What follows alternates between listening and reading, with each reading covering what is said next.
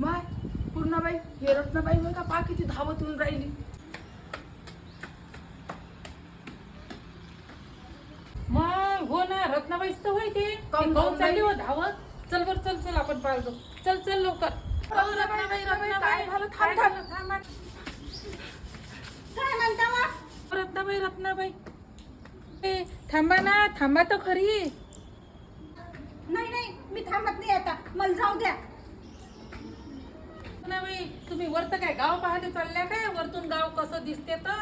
अय अय इकडे ये पहिले, नाही तर मारीन एक गोटा फेकून. अय अय थांब, कायली चालली हो एवढे धावत? ये लवकर खाली. येतो का नाही का मारू गोटा फेकून तुले? ये लवकर खाली.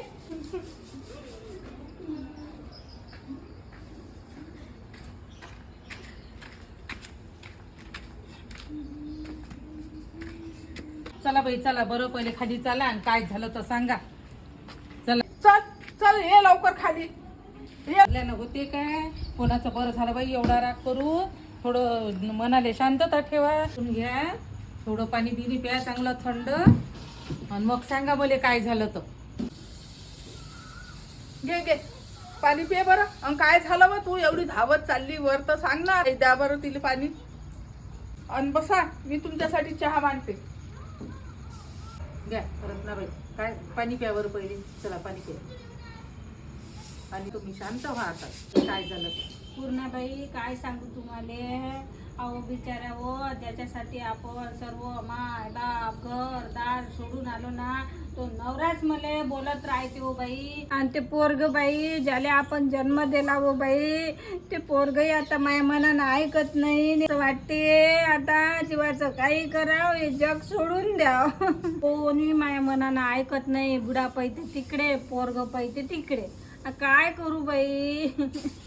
बरं ते जाऊ द्या सगळं. आता तुमच्या जवळ 100 रुपये आहे काय? 100ची नोट?